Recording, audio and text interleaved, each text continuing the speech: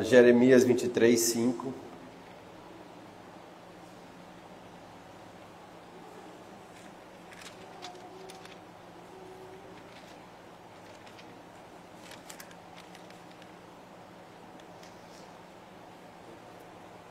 que eu gostaria de ensinar para vocês hoje na igreja, no corpo de Cristo, é sobre o que a justiça de Jesus Cristo fez em nós. A morte dele não era só a morte de uma pessoa inocente que estava morrendo naquele lugar. Ela trazia um compromisso de vida eterna, de justiça em nós, para nós, por Deus. Ela não é apenas uma morte. Ali não estava morrendo somente um inocente. A morte queria dizer muitas coisas para a gente, para nós e em nós. Amém? Jeremias 23, 5.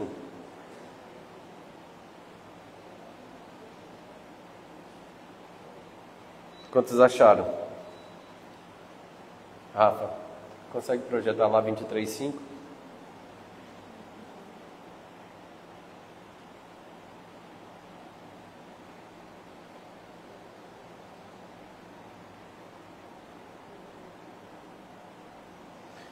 Jeremias 23, 5. Está para chegar o dia, diz o Senhor, em que farei brotar um ramo justo da família de Davi. E ele será o rei e governará com justiça e sabedoria. E no seu reinado a justiça se espalhará por toda a terra. Amém? Isso se cumpriu. Hoje se cumpriu em nossas vidas e na sua vida. Vamos traduzir um pouco esse texto aí. Está para chegar um dia, diz o Senhor, em que farei brotar um ramo justo da família de Davi.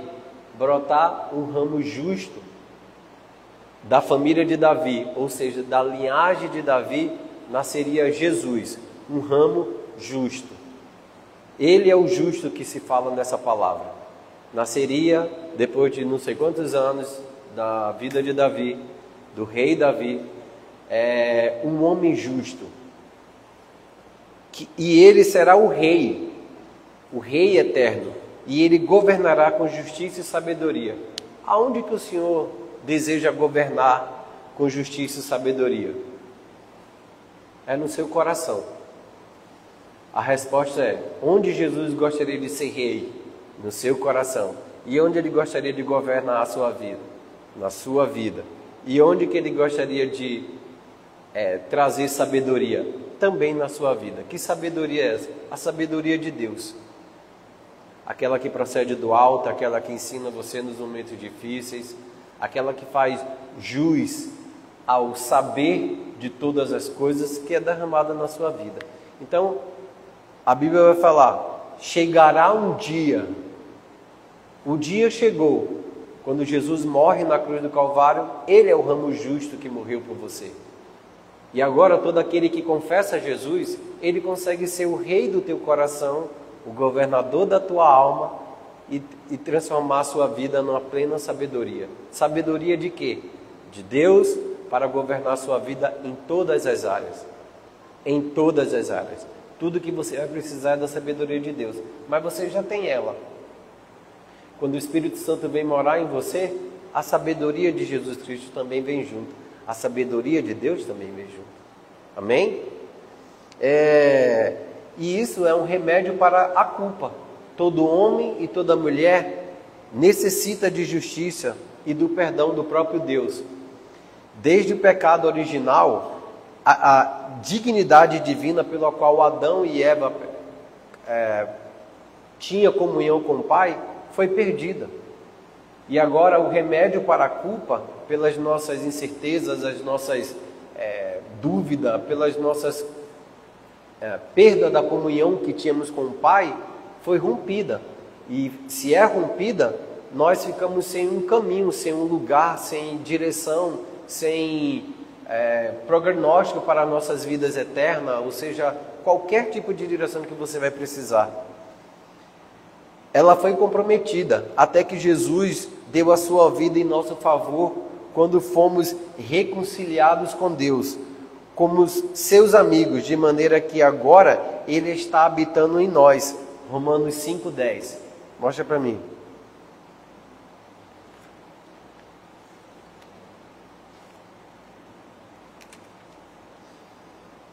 E se quando ainda era inimigos de Deus, fomos reconciliados com Deus pela morte do seu Filho, quanto mais agora, tendo sido reconciliados, seremos salvos pela vida de Cristo. Ora, e se quando ainda éramos inimigos de Deus, ou seja, quando é que nós éramos inimigos de Deus? Quando nós ainda não pertencíamos a Ele. A palavra é muito forte, ser inimigo, mas é realmente isso que você era antes de conhecer a Jesus. Porque toda a sua vida, ela não compactuava com a vida de Deus. Por mais certinho ou bonzinho que você pudesse ser, ou por mais que as obras de caridade que você fizesse, ou que demonstrasse compaixão, ou amasse a tua família, nada disso poderia cumprir o chamado da justiça do Pai, pela qual nós perdemos quando Adão pecou. Porque a primeira coisa que nós deveríamos ter era a comunhão com o Pai. E se os nossos pecados fazem inimizade entre eu e Deus, então significa que nós não viveríamos perto dele e nem poderíamos compartilhar da sua vida. Então foi por causa de Jesus que quando ele morre e você aceita, significa que agora você, a vida dele, como diz, tendo sido reconciliado por Deus, reconciliado por quê? Porque a gente era inimigo. Não existia outra forma. E isso é o cerne de todas as religiões do mundo. As pessoas procuram ter uma religião para quê? Para que ter um senso de justiça volte às nossas vidas.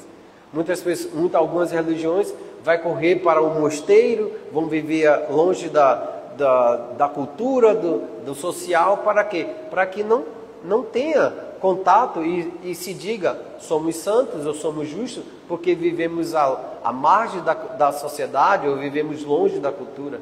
Outras religiões iriam penalizar quando você pecasse, flagelavam, se chicoteavam. Outras religiões vão trazer um senso de justiça para que você jejue, pague penitência, cumpra uma devoção, cumpra peregrinações, preces, seja, isso tudo é a falta do senso da justiça de Deus na sua vida. O fato de você ainda estar separado e irreconciliável com o Senhor causa tudo isso. Você vai buscar, há uma sede muito grande por essa sede de justiça. Vai haver uma fome muito grande por essa justiça. Mas essa justiça não encontra numa religião. Não é porque somos religiosos ou porque frequentamos uma igreja que o senso de justiça vai aplacar. Não, não vai aplacar. A única coisa que pode aplacar esse senso de justiça, que é a ruptura da cura no teu espírito, na sua alma e no seu corpo, vai ser a pessoa de Jesus, o que ele fez na cruz do Calvário. Quando ele entrega a alma, ele está representando você. Quando ele entrega o corpo, ele está representando você. E quando ele entrega o espírito, ele também está representando você. Para que você tenha reconciliação, perdão do pecado e volte a amizade com o Pai. Ou seja, podemos estar de volta ao qual a comunhão pela qual Adão perdeu lá na cruz do Calvário. Se você não entende, se eu não consigo entender o que é que Jesus fez na cruz do Calvário, a nossa vida também é uma vida de religião. Nós viemos ao culto, cantamos, dizemos coisas, repetimos orações, mas e a vida realmente, como deveria ser? A vida do próprio Deus. Jesus, quando ele vem à Terra, ele quer nos mostrar como nós devemos ser para com o Pai. As orações dele subiam com extrema liberdade, ele podia andar na presença do Pai, ele podia andar na presença dos demônios fugirem, eles podiam andar na comunhão de muitos doentes e poder se curá-los. Ele poderia fazer todas as coisas, porque o senso de justiça a qual Jesus vivia era a plena santidade. E nós perdemos em Adão. O que é que nós fazemos agora? Confessamos a Jesus como Salvador e Ele faz esse trabalho em nós. E Ele ministra essa sabedoria, esse conhecimento. A indignidade, a degradação, A consciência do pecado, ela destrói a nossa fé em Deus, destrói a nossa fé no outro e destrói a nossa fé em si mesmo. Quantos sentimentos e pensamentos de negatividade você tem durante o dia? Será que eu posso fazer isso? Se eu fizer isso vai dar certo? Eu acho que dessa forma não vai dar. Eu acho que se alguém tenta um ato de coragem, você fala, não, acho que isso daqui não vai. Então, muita negatividade você nutre na sua alma. Isso é falta de justiça. Isso é a perda do senso de justiça na sua vida. Nós perdemos a fé no outro. Aquele ali não tem mais jeito. Isso daí já não. Isso é a falta de justiça. Achar que o outro não vale mais a pena, isso é falta de fé, falta de justiça. Imagine se Jesus morre na cruz e ele fala bem assim, bom, eu vou morrer na cruz, mas se algum homem na terra ou alguma mulher, algum dia, me aceitar como Salvador, tudo bem. Não foi com essa mentalidade que ele morreu.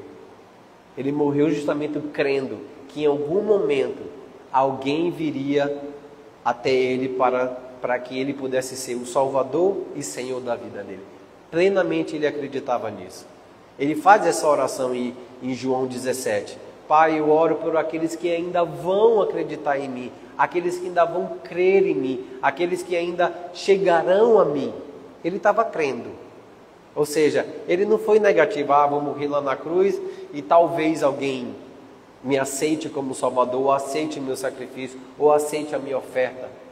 Não, ele morreu convicto de que alguém reconheceria o amor que ele derramou na cruz do Calvário, a justiça que ele amou na cruz do Calvário. Esse sentimento de inadequação ou desencorajamento nos deixa sem iniciativa. Ou seja, quantas vezes nós perdemos de compartilhar o amor de Cristo, porque muitas vezes a gente não tem certeza se nós estamos íntegros, dignos na presença do Senhor. Quantas vezes acontece isso? Talvez eu vou chamar aquela pessoa, está com problema, acho que eu vou orar. Aí a mente fala assim, eu acho que você não é tão digno para fazer orações pela vida dos outros. Isso é o senso de justiça. A perda do senso de justiça. Ou será que eu vou visitar aquela pessoa e se aquela pessoa não quiser me aceitar na casa dela para que eu possa orar pela vida dela? Te deixa sem iniciativa. Isso é o senso de justiça. Porque se você tivesse o senso da justiça, você iria lá e se ela não quisesse, está tudo bem com você. Pelo menos você foi lá, teve a iniciativa de fazer ou querer fazer alguma coisa pela vida de alguém. Cria um complexo de inferioridade. Quantas vezes nós sofremos por causa desse complexo de inferioridade? Não me sentindo bom o suficiente para fazer determinadas coisas. Mas não foi assim que Deus nos criou. Adão não tinha nenhum problema com o complexo de inferioridade. Ele podia andar sem roupa na frente da Eva, ele podia andar no jardim, ele podia entrar na presença do Pai às 6 horas da tarde, ter comunhão com o Pai. Ele poderia perceber as pegadas do Senhor e não precisar fugir. Mas quando o pecado entrou na vida dele, ele fugiu. Ele falou, ouvi que o Senhor estava vindo e me escondi. Adão, por que você fez isso? Eu não estou mais, eu sou indigno, Senhor. A minha dignidade perdeu. A dignidade que eu tinha quando eu fui criado à imagem e à semelhança, ela caiu por terra, ela não existe mais. Mas quem te falou que você estava nu? Ou seja, ninguém falou para ele. A própria consciência do pecado veio e disse para ele, você não vai ficar bem na presença do Senhor. E agora, quando Jesus nos reconcilia, ele nos reconcilia a este lugar. Nós podemos fazer qualquer oração, nós podemos andar em qualquer lugar, não importa onde vá, não importa onde você vá, o Senhor estará com você. Por quê? Porque o senso de dignidade veio novamente nas nossas vidas quando você aceitou a Jesus Cristo. Porque Ele é santo, a santidade veio habitar em você. Porque Ele é digno, a dignidade veio habitar em você. Essa consciência do pecado, ela precisa ser extirpada da nossa vida. Porque um justo morreu pelo injusto. Ou seja, alguém está lá no meu lugar por causa disso. Começa a criar nossas vidas um negativismo, nós nunca prestamos para nada, nós nunca podemos fazer nada, nunca somos capazes de nada. Isso é falta de justiça. Isso foi o que o pecado fez na nossa vida. Viver com um senso de condenação. Eu não sou tão legal assim. Não é tão interessante isso para a minha vida. Acho que não vale a pena. Acho que aquilo não é para mim. Eu acho que isso é um caminhão de areia demais para a minha vida. Quantas vezes nós falamos sobre isso, né? Se alguém te promete alguma coisa e você fala, não, eu acho que eu não mereço. Isso é falta de dignidade, a qual você perdeu. Eu e você perdemos quando Adão errou. Mas quando Jesus vem e morre na cruz, Ele restaura esse lugar perdido em nossas vidas, em nosso espírito, na nossa alma e em nosso corpo. Em busca inútil da paz, ou seja, de ter paz, as pessoas não conseguem dormir durante a noite, tem insônia, toma remédio depressivo, toma remédio para dormir. Por quê? Ali está faltando paz, porque a Bíblia fala, ao seu servo ele dá enquanto dorme. A paz, que excede todo o entendimento, estará sobre a tua vida. Eu deito e durmo porque o Senhor está comigo, porque eu sei que Ele guarda a minha vida. Esse senso de paz não existe. Por quê? Porque tem sempre alguém cortando o nosso caminho, por causa da inimizade que o pecado criou em nós.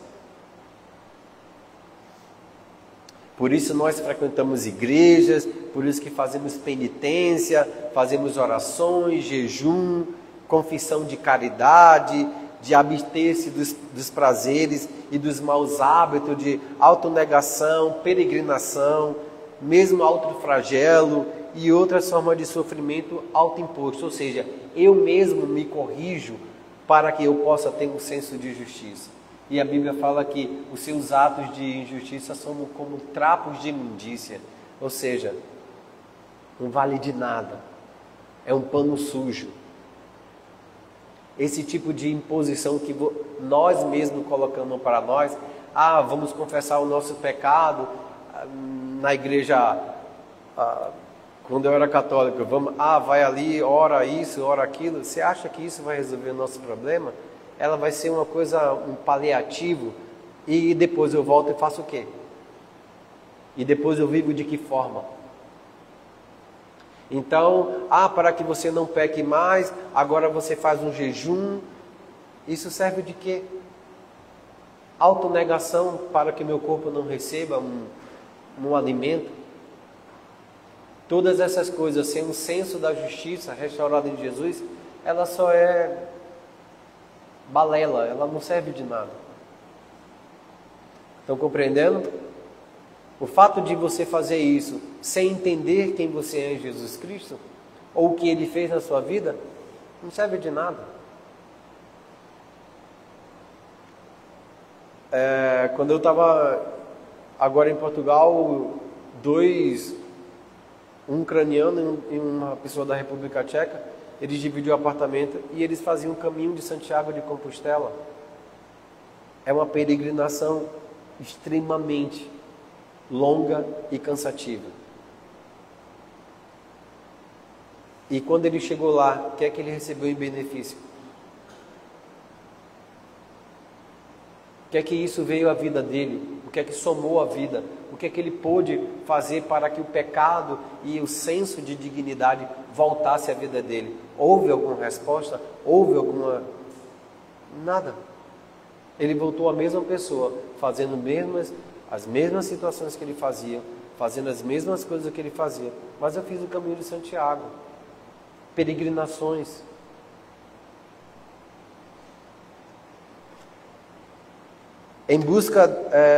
Essa busca nunca termina. E porque fomos criados à imagem de Deus. e a sua semelhança, cada ser humano foi feito para andar com Deus. Olha o mundo como é que está, cheio de pessoas doentes, cheio de pessoas vazias, cheio de pessoas se matando, se suicidando. O que é isso? A alma está buscando algo muito maior do que ele, que somente Jesus pode dar. Somente o Senhor pode dar isso nas nossas vidas. E todas essas coisas não tem nada a ver com Deus. Às vezes a humanidade está culpando Deus pelos próprios erros que eles mesmos cometem. Ou então culpando a sociedade, culpando a Deus pelo aquilo que vive dentro de uma sociedade. Imagine o Brasil, tudo é culpa de Deus agora. O que é que Deus tem a ver com isso? São os seus atos, são as suas decisões, são o seu modo de pensar que vocês estão cometendo determinados hábitos. Não tem nada a ver com Deus. Deus veio justamente enviando a Jesus para resolver esse problema. Mas quantas pessoas têm amado, têm orado, têm buscado ao Senhor, ou têm aceito a vida que Ele tem dado para a gente? Ou, muitas vezes, nós cremos, mas temos assentimento mental. Não, eu sei que Jesus fez isso, mas se fez isso, onde é que está o resultado dessa fé e desse crer que você está dizendo? Paulo vai falar, cri, por isso falei. Cri, por isso toma essa atitude. Não vou querer fazer isso, porque eu entendo que eu sou uma nova criatura em Cristo Jesus. As coisas velhas passaram, tudo se fez novo, e quando a luta vem na mente, continua confessando a Jesus, confessando, resistindo ao diabo, e ele fugindo de você. É isso que a Bíblia fala.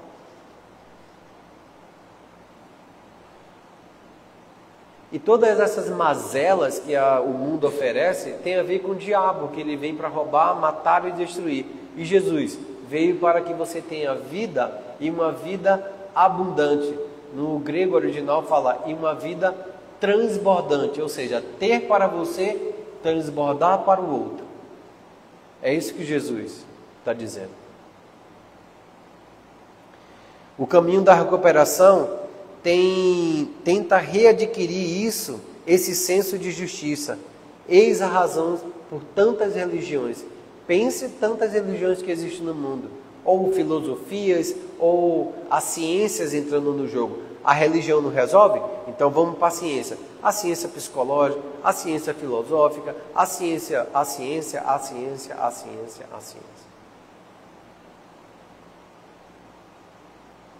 Deus tem providenciado o caminho para redescobrirmos o que foi perdido no Éden. Abre por gentileza em Isaías 59, 2.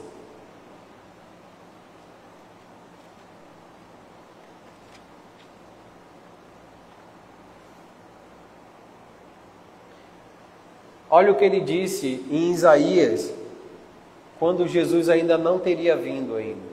Mas Isaías estava profetizando a respeito da obra de justiça que ele mesmo faria na cruz do Calvário, para que eu e você pudesse ter paz. A paz não é essa paz que o mundo quer dar, mas é a paz que habita aqui dentro, no meu espírito, na minha alma e no meu corpo. É saber que eu tenho paz, que não importa a dificuldade que você viva, não importa a circunstância que se levanta contra a vida, não importa o problema que possa se levantar contra você, você tem a paz de Jesus Cristo. Mas ele fala por que ele não, nesse texto, nesse capítulo, ele vai dizer por que existe uma falta de paz, ou porque Deus não pode ouvir a sua oração, ou não poderia ouvir a tua oração. Isaías 59, sim, são os nossos. Deixa eu só conferir, porque aí você botou 59, 12, mas é 59... Deixa eu só conferir aqui.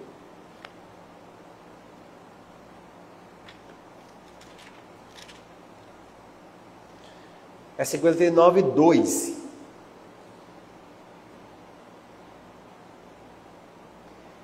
Mas as vossas iniquidades fazem separação entre vós e o vosso Deus. Os vossos pecados encobrem o seu rosto de vós para que não vos ouça. Ou seja, Quando nós não temos a Jesus como Salvador, as minhas iniquidades fazem separação para com Deus. Então as nossas orações Ele ouve, mas Ele não consegue responder para você.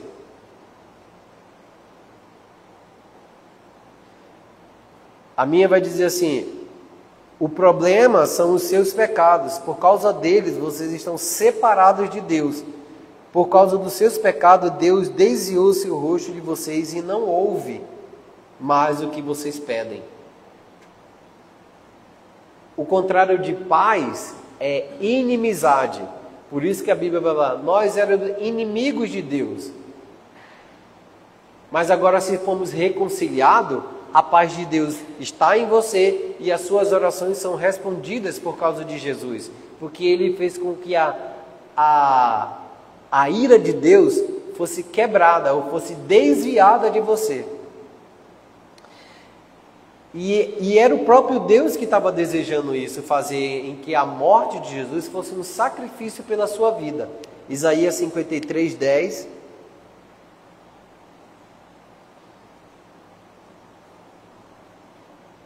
Isaías 53, 10. Apesar disso, o plano perfeito do Senhor exigia a sua morte e o seu sofrimento. Exigia a morte e o sofrimento de quem? De Jesus. O próprio Deus, para que a justiça se cumprisse na sua vida, Ele exigia, através da lei, que o Filho morresse e tivesse sofrimento. Para o quê? Para que pudesse alcançar a sua vida. Aí às vezes você fala assim: eu acho que Deus não me ama. Como que Ele não te ama?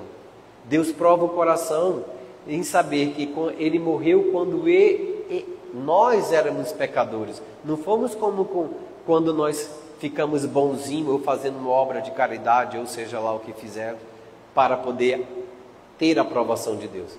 Quando ainda éramos pecadores, Jesus veio e morreu pela tua vida. Para quê?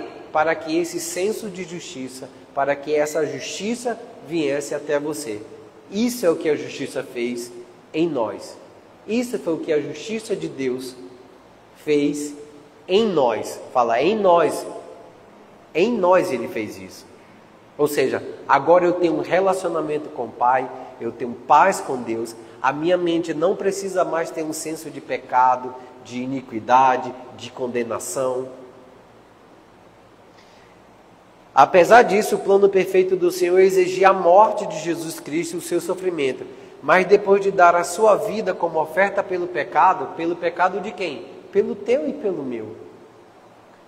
Ele verá a sua posteridade. O que é posteridade aqui? É que quando você aceita Jesus como Salvador, você se torna filho de Deus. E os filhos de Deus têm a mesma imagem e semelhança. Ou seja, agora Ele está feliz com você, porque você agora nasceu de novo e você é a posteridade. Nasceu de novo, parecido com Jesus, com a mesma natureza dele. Perdoado, santificado, longe das iniquidades, longe do senso de pecado. E terá vida longa. Quem terá vida longa? Jesus. E a vontade do Senhor prosperará em sua mão. O que é a vontade do Senhor prosperará nas suas mãos? É que quando Deus chamou a Jesus para que Ele fosse até a cruz, Ele pegou e não fugiu. Ainda que Ele falasse para o Senhor: Senhor, tira de mim esse cálice, mas faça a sua vontade. A vontade do Senhor prosperará na mão de Jesus Cristo. Ele confiava, o Pai confiava, ou seja, a fé de Deus, o próprio Deus confiava no Filho, um homem, ir até a cruz e sacrificar a vida dele, a alma dele e o espírito dele por mim e por você, para que nós pudéssemos receber um espírito novo, um nascimento novo, uma mente renovada, uma vontade renovada, um desejo renovado, e nosso corpo pudesse habitar a cura, um milagre. Amém? Deus providenciou o caminho de volta. João 20, João 20, versículo 21.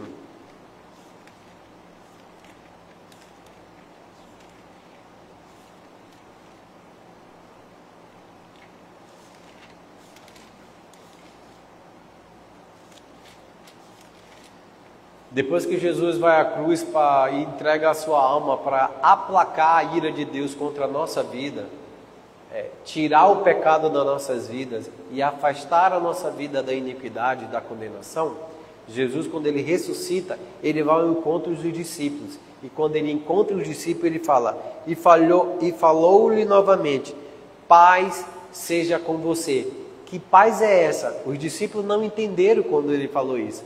Essa paz é a paz que estava faltando em Isaías 59, 2. O problema que você não tem paz com o Senhor é os vossos pecados. Era o nosso pecado. E aí quando Jesus entra no sacrifício, que ele se levanta das mortes, ele encontra o discípulo e ele faz, paz seja convosco. Que paz é essa? Agora você e o Pai agora podem ter comunhão um com o outro, reconciliação um com o outro, podem estar na presença todos os dias da nossa vida, pode ter comunhão, pode poder orar, Qual filho que não deseja ter uma comunhão com o Pai? Me diga aí. Qual é o filho que não gosta de ter um momento de abraço, de conversa, de poder ser afagado nos problemas, na dificuldade? Diga-me qual é o filho que não gostaria disso. Qual é o filho que não gosta de deitar perto do pai? É essa a imagem que Deus está dizendo para você. Pai seja convosco. Assim como o Pai me enviou, agora eu estou enviando. Mais um? Pode ir passando. Enviando a vocês. Depois Jesus soprou nele e disse, receba o Espírito Santo. Mais um. Se vocês perdoarem os pecados de alguém, eles estarão perdoados. E se vocês se recusarem a perdoar, eles ficarão sem perdão. Um dos 12, Tomé, chamado Dídimo, que significa gêmeo, naquela ocasião não estava com os discípulos quando Jesus apareceu. Quando eles contaram a ele, o Dídimo, chega aí, você não acredita, nós encontramos a Jesus. Jesus apareceu para nós e disse, paz seja com vocês, ou seja, acabou a inimizade, nossos pecados foram perdoados, nossa iniquidade também, e agora podemos chegar ao Pai. Assim como Jesus orava e os milagres aconteciam, assim como ele ia para o monte, passava dias e momentos de oração em comunhão com o Pai, agora está tudo resolvido. Ele falou para a gente, paz seja convosco, paz seja conosco. E aí, nós vimos o Senhor, e ele respondeu, eu não acreditarei nisso, se não vir as marcas dos cravos em suas mãos, e não puser o meu dedo da marca do seu lado, onde ele tomou a flechada. Só que Jesus, ele ouve a sua oração e fala assim, 8 dias depois, ou seja, ele ressuscitou no domingo. No domingo seguinte, 8 dias depois, estavam juntos novamente, e desta vez Tomé estava com eles. As portas estavam trancadas, porém, de repente, como de outra vez, Jesus veio e ficou de pé entre eles e disse, paz seja convosco, paz seja com vocês. Um momento, Rafa, deixa eu só fazer um comentário aí. A Bíblia está dizendo aí que as portas estavam trancadas, era justamente para poder trazer à nossa memória que o nosso corpo, na ressurreição, ele não vai ter a matéria, ele vai poder passar de um lado para o outro. Porque a ressurreição que Jesus nos promete é o mesmo corpo que ele tem. É por isso que ele entra, diz aí, as portas estavam trancadas. E por onde ele entrou? Ele naturalmente se manifestou. Ele apareceu do nada. E falou, paz seja convosco. Mais uma. Então Jesus disse a Tomé, ora, lá em Isaías 59, estava dizendo que por causa da vossa iniquidade, por causa da sua falta de paz, as nossas orações não eram respondidas. E também o Senhor, ainda que ouvisse, não respondia.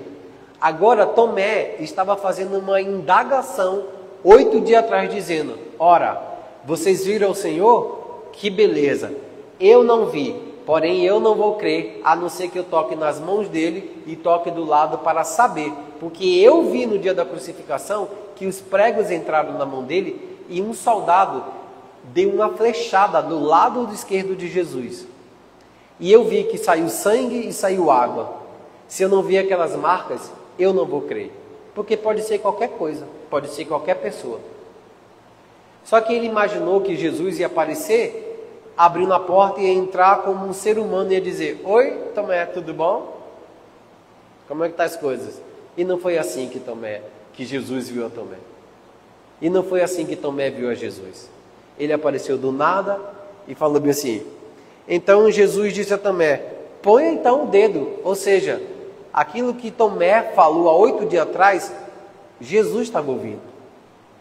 Jesus podia ouvir. Ele falou: então Tomé, apesar de você não saber que eu estava ouvindo o que você estava falando, põe aqui o dedo nas minhas mãos e estenda a sua mão e toca aqui do meu lado. Pare de duvidar. Ele corrige a Tomé. Pare de duvidar e creia. A fé crê num fato, gente. A nossa fé está baseada no fato de que Jesus morreu e é uma verdade. E ele ressuscitou. É uma outra verdade. Nós não cremos em fábulas. Nós não cremos em história. Nós cremos naquilo que é fato. Nós testemunhamos aquilo que cremos. Se a dúvida bate, a dúvida nunca vem do Senhor. A dúvida sempre vem de Satanás. E ele gera isso trazendo incredulidade nas nossas vidas. Não seja incrédulo, Tomé. Creia. Mais um. O que é que Tomé faz? Porém, a confissão mais poderosa que alguém poderia fazer, quem faz é Tomé. Não é Pedro, não é João, não é o outro Dídimo, que era o irmão gêmeo dele. Não é eles que fazem, é o próprio Tomé.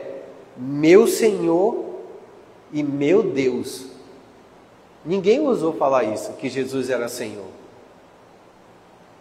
E meu Deus, disse Tomé. Mais um, Rafa. Então Jesus lhe disse: você creu porque me viu? É só assim. Você está crendo mediante a sentimentos? Você está crendo mediante ao que você consegue enxergar? Você acredita se alguém te tocar? A sua fé está baseada naquilo que você pode experienciar ou pode ver? A fé não fala disso. A fé crê nas coisas que não tenho, mas é a certeza daquilo que ela existe.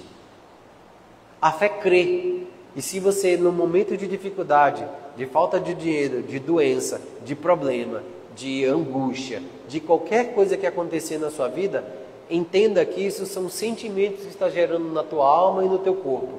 Porque a fé vai dizer, a fé vai crer independente da circunstância. A fé acredita no que a palavra de Deus diz. E a palavra de Deus diz que o Senhor vai suprir todas as nossas faltas em Cristo Jesus. O Senhor nos curou, pelas suas pisaduras somos curados. E como é que eu recebo isso? A partir do momento que eu confesso aquilo que Jesus fez na nossa vida. Então o Espírito vem e toma poder nas palavras dele mesmo. Felizes são aqueles que não me viram e mesmo assim creram. De quem ele está falando? Ele está falando de você. Você não viu a Jesus, mas creu. E ele está dizendo, felizes são essas pessoas que mesmo que não vendo, creu. É nós que ele está falando. Jesus estava profetizando a respeito daquelas pessoas que viriam a crer, que somos nós. E nós somos felizes. A palavra felizes aí é a mesma coisa de bem-aventurado. Bem-aventurado são vocês que não pediram para ver e continuam crendo. Amém? Ele tem dado o poder para ser filho de Deus, ou o direito de ser filho de Deus. Isso é uma constituição. Isso é constituição. Abre para mim em João 1,12.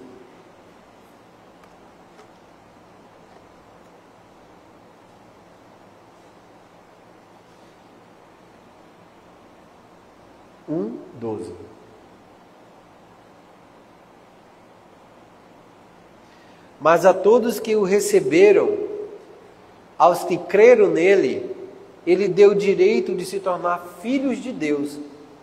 Ou seja, não é filho de Deus, somos filhos de Deus. Somos filhos de Deus. Não é um qualquer filho de Deus. É a mesma coisa de pegar essa criança que está sentado, puxar ela, levar para algum lugar e você falar, não, ele não é filho daqueles... Como é seu nome? O seu nome. Seu nome, isso. Davidson. Imagine que eu pego o teu filho, levo para algum lugar e falo assim, você agora é filho de outro pai. Ele não é mais filho de Davidson. Ele vai falar, não. Eu sou filho do Davidson. É isso que a Bíblia está dizendo aqui. Agora, porque quantos daqueles que receberam, deu-lhe o direito e o poder de ser filho de Deus. O direito por nascimento e o poder porque significa a mesmo tipo de natureza. E por mais que chame ali o filho do Davidson e diga assim, não, você não é filho. Ele não vai acreditar. Ele vai acreditar que ele é filho e acabou. É a mesma coisa quando alguém te chama aí a um lugar do pecado e você fala, não. Agora eu sou filho de Deus. Eu tenho a mesma natureza que ele. Eu tenho o direito de permanecer na presença dele. E eu não vou trocar meu direito por nada. Mas é um direito de viver a plenitude do Pai. É o direito de viver de acordo com sua vontade. Então, o tormento da consciência do pecado, da culpa e do sentimento de indignidade, contudo, vai permanecer se a gente não reconhece o plano da salvação. Abre para mim em Hebreus 9:14. Tudo que nós não fazemos por achar que nós somos pecadores, achar que nós somos inadequados, achar que nós somos indignos, o Jesus resolveu o seu problema na cruz do Calvário. Ele fala assim, quanto mais o sangue de Cristo transformará as nossas vidas e os nossos corações. O sacrifício dele purificará a nossa consciência de atos que levam à morte e nos faz desejar servir ao Deus vivente. Eu só vou parafrasear isso daqui. Então, quando um sentimento bater no seu coração, ou um tipo de pensamento bombardear sua mente de que você não é digno, que não é inadequado, que você não tem dignidade, ou que você não é capaz, ele está diretamente batendo na sua consciência. E a Bíblia vai dizer que a consciência fica no Espírito, que o sangue de Jesus, ele purificou a nossa mente dos atos que me levam à morte. Ou seja, agora eu estou adequado a estar servindo ao Senhor, porque ele vai dizer ali, ele nos faz desejar a servir ao Deus vivente. Como nós servimos a Deus? Como é que nós adoramos? Adoramos vindo aqui cantando música? Não, gente, definitivamente nós não adoramos ao Senhor cantando louvores. Adoramos ao Senhor quando nós dizemos não ao pecado e dizemos sim à palavra dele. É assim que adoramos ao Senhor. Porque Deus procura os verdadeiros adoradores, aqueles que adoram em espírito, porque têm comunhão com ele, e em verdade, vivem na verdade. O que nós fazemos aqui é cantamos louvores ao Senhor, e toda a humanidade pode cantar ao Senhor. Todo ser que respira, louva ao Senhor. Todo crente todo homem que confessa Jesus adora o Senhor. Todo ser que respira louva o Senhor. Louva até na sua respiração, toda a humanidade louva o Senhor. Porque o ato de você fazer isso assim, ó, é a mesma pronúncia do nome Yahvé. Yahvé. Isso significa Yahvé. Isso é o nome de Deus. Todo ser que respira, bendiz, louva, fala o nome do Senhor. Mas Deus está procurando um outro povo mais seleto. Ele procura aqueles que o adoram em espírito, ou seja, nasceram de novo, tem comunhão com Ele no espírito e vive na verdade. Amém? E desejar servir a Deus vivente, pois com a ajuda do eterno Espírito Santo, Cristo de bom grado entregou-se a Deus para morrer pelos nossos pecados. Ele, que era perfeito, sem uma única falta em pecado, pôde morrer por você, que era cheio, lotado, carregado de pecado. Então, quando o pecado bater, eu acho que eu não não, gente, pelo amor de Deus, se o Senhor te chamou para fazer alguma coisa, Ele sabe que é capaz e capacitou você para fazer. Amém? Podemos receber a justiça de Deus e estar novamente em sua presença, sem nenhum peso do pecado, da culpa e sem medo da inferioridade. Eu, por experiência própria, vivi anos, acordava, nossa, o senso de pecado, o peso do pecado estava dentro do meu quarto. Eu me sentia indigno, eu me sentia o mais horrível pessoa, complexo de inferioridade, nossa, alavancou a minha vida poderosamente. Destruiu muitas das coisas que eu tinha um talento e não sabia como lidar na minha alma com esse complexo de inferioridade. E orava e confessava o meu pecado, muitas vezes nem tinha feito pecado, mas lembrava, Satanás vinha, lembrava do meu pecado. Você acha que você é capaz de fazer isso? Você acha que você é capaz de ser alguém bom ou melhor? Você acha que você pode ser um profissional bacana? Um complexo de inferioridade assolava a minha vida. A paternidade eu não tinha na minha casa. Perdi meu pai com 8 anos, então meu referencial, eu era o homem mais infeliz do mundo. Quem me vê não sabe a dor que eu vivi. Por isso que o Senhor fala que Ele levou sobre si as nossas dores, e a gente pensa que dor é no corpo. Dor é na alma. Aquela dor que bate, que você não consegue resolver, a dor de uma perda, a dor de uma separação, a dor de coisas que assolaram a sua infância. Isso é dor. Quando você sente no corpo, isso é chamado de você estar enfermo. A enfermidade traz dor. Mas quando ele fala, Ele levou sobre si as suas dores, está falando daquela alma que grita por justiça, aquela alma que grita por realizações, por felicidade, por alegria, porque tudo isso cabe aos filhos de Deus. Deus não criou ninguém para ser triste, desesperançoso. Não foi isso o plano de Deus. Isso foi atribuído a Satanás e o pecado quando entrou na humanidade. Então, não permita, você que é crente no Senhor, que tem confessado a Jesus como Salvador, não permita. Todas as vezes que vier esse tipo de sentimento, você fala, eu sei que as coisas velhas se passaram, tudo se fez novo, eu sou uma nova criatura, o Senhor já me perdoou, eu agora tenho paz com Deus. Tudo isso você começa a confessar, porque se você está recebendo um bombardeio e esse tipo de pensamento na sua mente, é porque Satanás está bem do teu lado, dizendo que você não pode. São fortalezas mentais que durante anos ele foi guardando. Isso são maldição hereditária que foi acompanhando disso, a sua família. Ah, porque meu pai morreu disso, eu também tenho que morrer. Você não tem que morrer nada. Você tem que morrer quando o Senhor tirar o sopro de vida da tua vida. A doença não pode ser a causa da sua morte.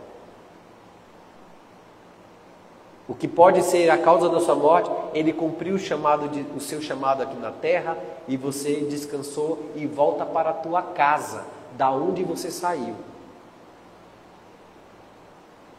Que o Senhor guarde a minha família lá em Ilhéus também, que hoje eu perdi um primo, e minha família lá está meio que triste com a situação. Que o Senhor console e guarde eles nessa hora difícil. 2 Coríntios 5, 21.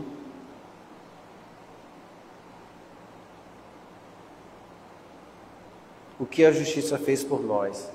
2 Coríntios 5, 21 para terminar.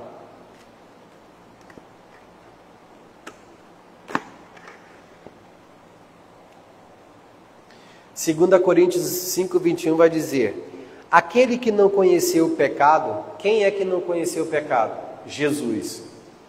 Ele o fez pecado por nós. Fala, foi por mim.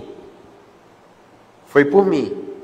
Para que nele nos tornássemos justiça de Deus. Nós somos chamados de a justiça de Deus. E aí você fala, nossa, que estranho. Nós não somos dignos disso.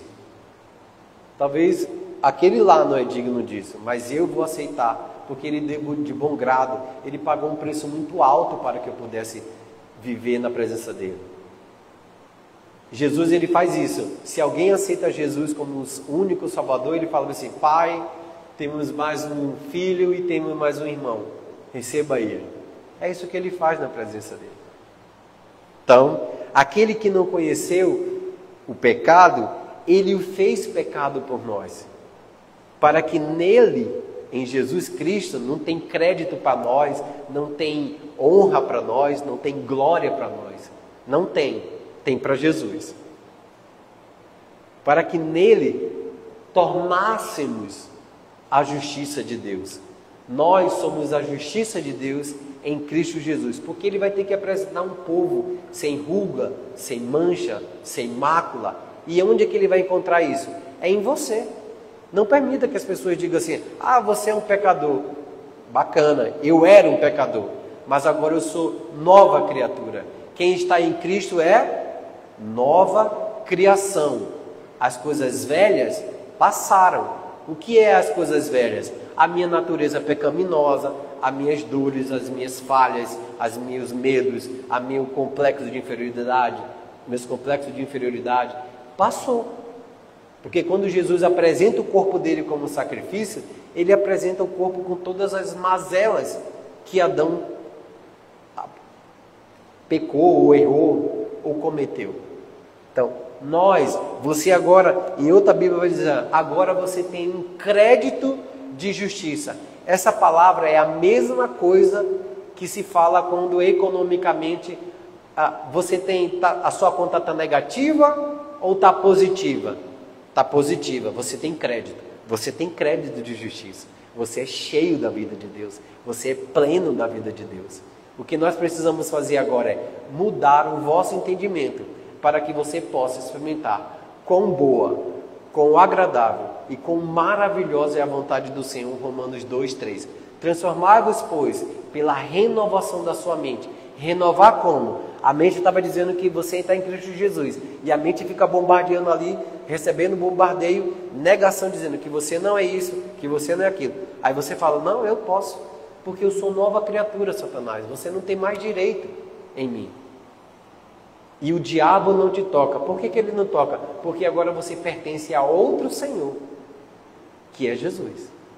Amém? Vamos ficar de pé. Há alguém aqui que nunca recebeu a Jesus como Salvador e gostaria de aceitá-lo, o sacrifício que ele fez na cruz do Calvário? Há alguém aqui? Amém.